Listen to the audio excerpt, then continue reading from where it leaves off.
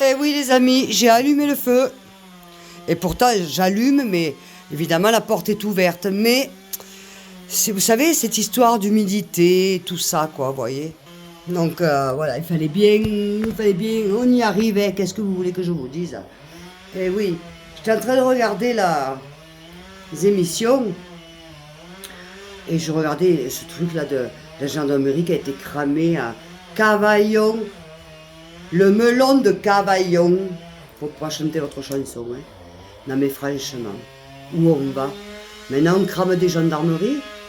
Mais monsieur les connards que vous faites ça. Monsieur les connards. Hein? Pendant que vous cramez la gendarmerie. Et si votre maman pendant ce temps-là il y a un problème, qu'il y a quelque chose, vous les appelez, ils seront pas là. Hein? Vous êtes des grosses merdes. D'accord? Alors maintenant, si on s'attaque impunément à la gendarmerie, non mais oh, on marche sur la tête. Hein? Je vais pas vous souhaiter le malheur parce que je suis pas méchante et je veux pas souhaiter le malheur. Mais je vous souhaite pas qu'il arrive quelque chose à votre famille. Hein? Parce que vous pourrez l'appeler, la gendarmerie, si elle est en train de cramer. Où est-ce que vous les allez les trouver? Bande de connards. Pensez qu'à votre gueule, votre petite couille de merde. Hein? Parce que pour faire ça, il faut pas avoir de couilles. Parce que quand on a des couilles, on s'affronte. Tout ça pour des histoires de drogue. Il y en a marre. Et le gouvernement français, quand est-ce que vous ferez quelque chose contre ça? Moi, ici en Espagne, eux, ils ont les couilles. La Guardia Civile, c'est équivalent à la gendarmerie. Ils ont les couilles. Ils y vont. Et dans des quartiers beaucoup plus chauds que Cavaillon. Cavaillon plein de melons. Hein? Eh, ça va bien. Un pays si tranquille, c'est beau. Tellement beau, notre Provence. Mais vous êtes fous, quoi. On se laisse envahir, on laisse faire ça. Mais si on laisse cramer les gendarmeries, mais bientôt ils vont nous cramer, nous. Ils vont nous crucifier. Ces marchands de drogue. Vous vous rendez pas compte, les mères, parce que dans tout ça, c'est des fils. Vous vous rendez pas compte, les mamans, qui sont en train de tuer nos enfants avec leur drogue de merde? Ils tuent nos enfants avec leur drogue. Ils les incitent à dealer, à surveiller si le gendarme arrive ou arrive pas, à prendre un revolver, à tuer un autre. Vous vous rendez pas compte de ça, les mamans? Où vous êtes aveugle, où il n'y a que les allocations familiales qui vous favorisent et qui vous intéressent. Le reste, vous n'en avez rien à foutre. Quand ça vous arrange, vous parlez français. Quand ça vous arrange pas, vous parlez pas. Hein? Vos enfants sont des monstres, sont des tueurs, sont des monstres. Vous avez de la chance de ne pas être aux États-Unis. Hein. Vous avez beaucoup de chance. Mais attention, la chance, elle ne dure pas beaucoup. Les Français commencent à en avoir plein le cul. On ne doit pas toucher aux forces de l'ordre. Parce que demain, le voisin en a besoin. Ou toi, héros des putas, hein, que t'es venu à faire cramer la gendarmerie. Demain, ta mère, elle en a besoin. Ou ta sœur, parce qu'elle est en train de se faire violer. Eh ben, il n'y en aura pas. Je te le souhaite pas, hein, connard. T'as de la chance. Viens me faire cramer à moi. Viens me faire cramer, mon pauvre. Même, parce que là, les couilles, tu les as, parce que vous êtes... C'est toujours pareil. Vous êtes plusieurs. À un, il pleure. La dernière fois, je vois le reportage là, à l'aéroport. Il pleurait sa mère pour pas retourner à son pays. Il manquait plus que le mouchoir. Hein? Et là, ils font les cacous. Mais tout seuls, ils font pas les cacous, ces branquignoles. Parce que vous êtes que des branquignoles, des lâches, des merdes. Je parle au nom de toutes ces personnes qui commettent des délits pareils. Hein? Aller attaquer une mosquée, aller attaquer une gendarmerie. Mais vous êtes que des pourris, des merdes, des lâches. Vous êtes des sans-couilles. Vous n'avez pas de couilles. Vous n'avez pas de couilles. Vous êtes des merdes. Vous respectez même pas votre propre mère qui vous a mis au monde. Vous valez même pas. Vous valez rien. Viens chez moi. Mais abonne-toi. Envoie-moi un message, je te donne l'adresse, je t'attends. Quand tu veux, venez à 5 à 10. On vous attend là. Viens. Va encore se faire ça. Vas-y. Connard, va. Sans couille. PD. Connard. Je retire le mot PD. Parce que ça n'a rien à voir avec ça. Et tout mon respect pour les homosexuels. J'avais mon oncle qui était homosexuel et tout mon respect. Attention, je retire. Hein? Et je m'excuse si j'ai offensé. Non, connard. Ça, je retire pas. Sans couille, je retire pas. Petite cacahuète. Hein? Ça me met hors de moi. Brûler une gendarmerie. Bande d'enculés que vous êtes. Mais vous êtes des dégonflés. Oh, mais j'ai eu le cas à une époque avec un, hein, comme ça, qui faisait le branquignol, comme ça. Il faisait le cacou. Ah, il faisait le cacou. Hein, soi-disant de la mafia, qui prenait les enveloppes à Avignon. Hein, mais quand il a eu affaire à moi, vous savez quoi? Ses chéquiers, les photos de sa mère, et tutti quanti, à la basura, et je lui ai dit, viens les chercher, vous savez quoi? Il est jamais venu. Il avait que de cacahuètes. Il avait que de cacahuètes. Bah allez, parce que quand on est un, on n'a que des cacahuètes. Quand on est plusieurs, on se sent fort. Et quand ils sont tout seuls, ils pleurent comme des merdes. Attaquer une gendarmerie, attaquer une mosquée, mais attaquer ci, attaquer ça. Mais il est où votre respect? Mais je suis en colère pour ce manque de respect. Vous n'êtes pas digne. Vous n'êtes même pas digne d'être un homme. D'abord, vous n'êtes même pas un homme, vous êtes une merde. Un homme, ça a du respect. Ça a du respect pour la femme, ce que vous, déjà, vous n'avez pas. Même pas pour la femme. Si vous aviez un peu de respect envers votre mère et votre père et votre mère qui vous a mis au monde, qui vous a porté 9 mois, vous ne feriez pas ça. Bande d'enfoirés, que je vous rencontre jamais sur mon chemin, moi. Moi, jamais. Venez ici, mais moi, je vous attends, hein. Je vous attends. Vous croyez que vous me faites peur? Vous croyez que vous me faites peur à moi? À moi, vous me faites peur? Mais vous croyez quoi? Que vous faites peur au monde? Vous faites peur à personne. Vous êtes des sans-couilles. Vous vous sentez courageux, vous êtes à plusieurs, mais tout seul, vous pleurez comme des merdes. Hein? Et vous envoyez les petits gamins de 14 ans au charbon?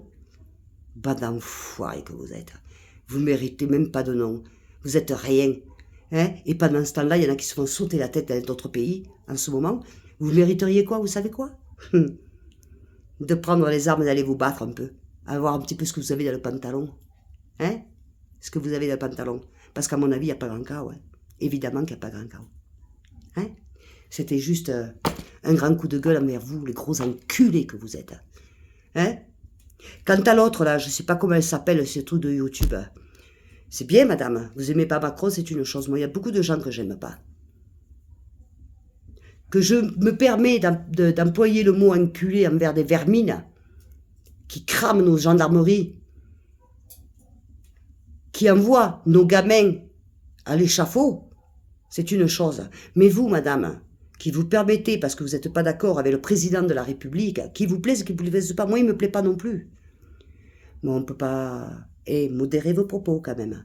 Modérez, parce que j'ose même pas les répéter. Moi, ce que je viens de dire, c'est gentil. Mais vous, madame, croyez que comme ça, il va vous écouter, Macron? Faites attention. Il va vous serrer votre compte YouTube. Hein. Je vous le dis, moi.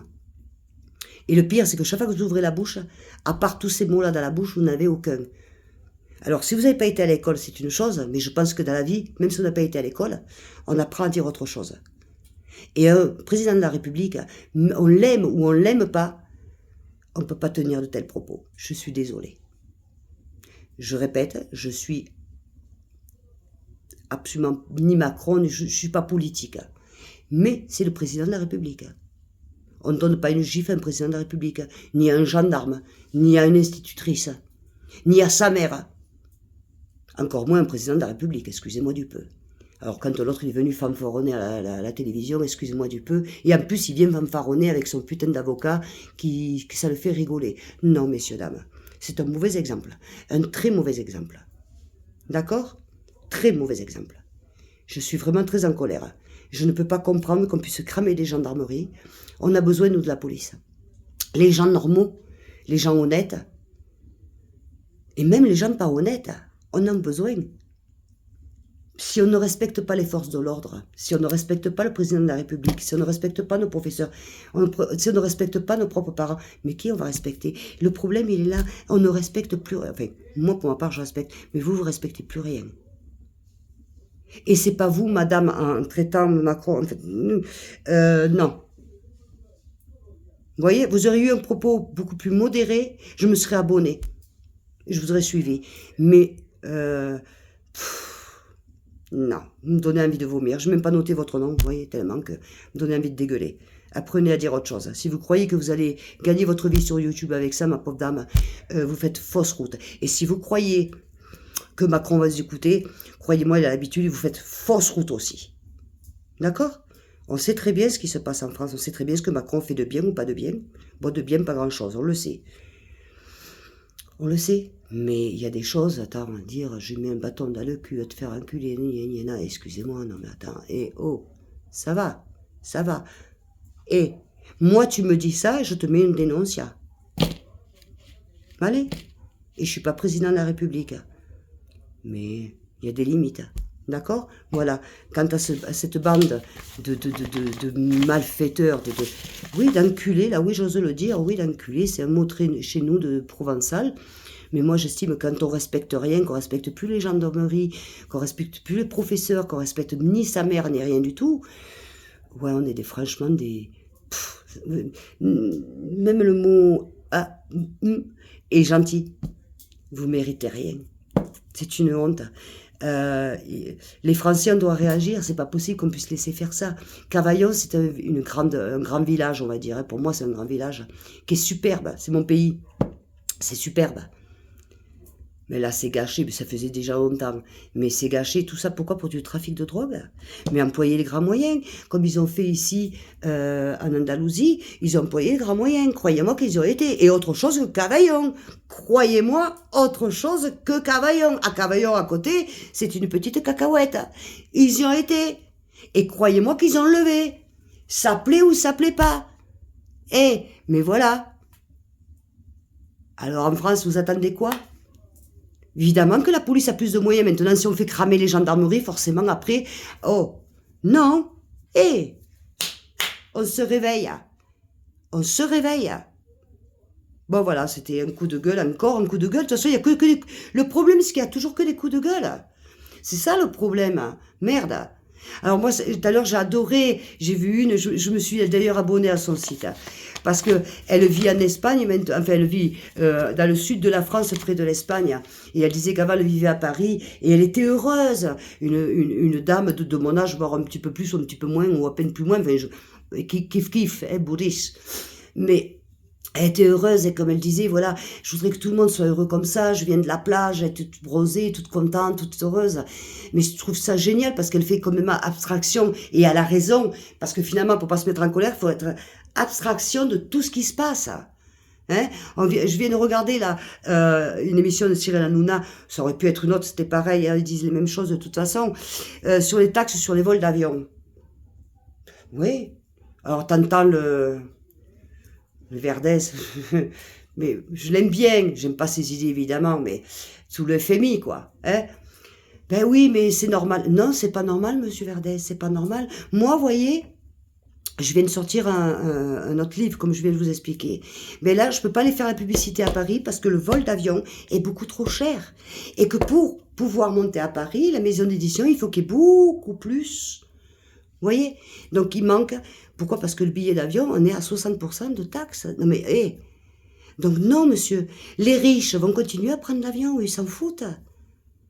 Mais les gens qui ont économisé toute l'année pour prendre des vacances, ou ceux qui doivent partir en Guadeloupe, en Martinique, ou autre pays pour aller voir leur famille, ne serait-ce que pour ça, ou moi, par exemple, simplement moi, je viens en Andalousie pour monter à Paris, faire la publicité de mon livre, il faut que je prenne l'avion, je suis obligée. Et je suis pas riche, moi, monsieur Verdez. Vous me le payez, vous, l'avion? Vous me la payez, vous, la taxe? Non, bien sûr que non. Hein? On taxe, vous croyez quoi? Je viens en Andalousie, mais moi, on taxe de France. J'en ai marre qu'on me taxe, moi aussi. J'en ai marre, moi, qu'on me taxe pour payer des choses qui ne me concernent pas. Qui ne me concernent pas. Moi, je profite rien de la France à part qu'on me taxe. Attendez. Vous comprenez pourquoi les Français, on se barre aussi? On se casse, les Français, on en a ras le cul. Marre. On en a marre. On nous taxe de partout. Les riches, ça ne va pas les empêcher de prendre l'avion.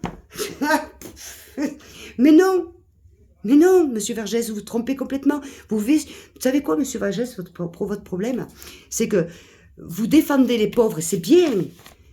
Vous êtes très humain, c'est très bien. En fait, vous faites tout ça parce que vous avez une femme qui est musulmane. Donc, vous êtes reconverti à l'islam. Et donc, voilà. Comme vous êtes reconverti, vous voulez œuvrer envers sa famille, envers tout ça. Mais vous n'êtes pas comme ça. Vous vivez comme un riche. Hein. Vous êtes blindé jusqu'aux couilles. Vous êtes blindé. Vous êtes un faux pauvre. Vous n'êtes pas un pauvre, vous êtes un riche qui se gave de partout et qui proclame le... Non mais attends, évidemment monsieur, vous, ça vous dérange pas. Vous avez les moyens. Donc c'est facile. Vous savez, c'est toujours... Mais si... Pourquoi vous ne les prenez pas les réfugiés, par exemple, chez vous? Pourquoi vous n'allez pas payer puisque... Mais moi, si j'ai les moyens, je le fais. Mais j'ai pas les moyens. J'ai même pas les moyens de monter à Paris, faire la publicité de mon livre. Parce qu'on est trop taxé. Eh oui, monsieur Vergès. Eh oui. Tu voyez? Et vous, dans votre monde, mais vous gagnez tellement d'argent, vous vous rendez même pas... Est-ce que... Vous savez le prix de la baguette? Est-ce que vous le savez? Non. Il y a tant de choses comme ça. Et je vous aime bien parce que vous avez l'apparence d'être une bonne personne, mais vous vivez dans une...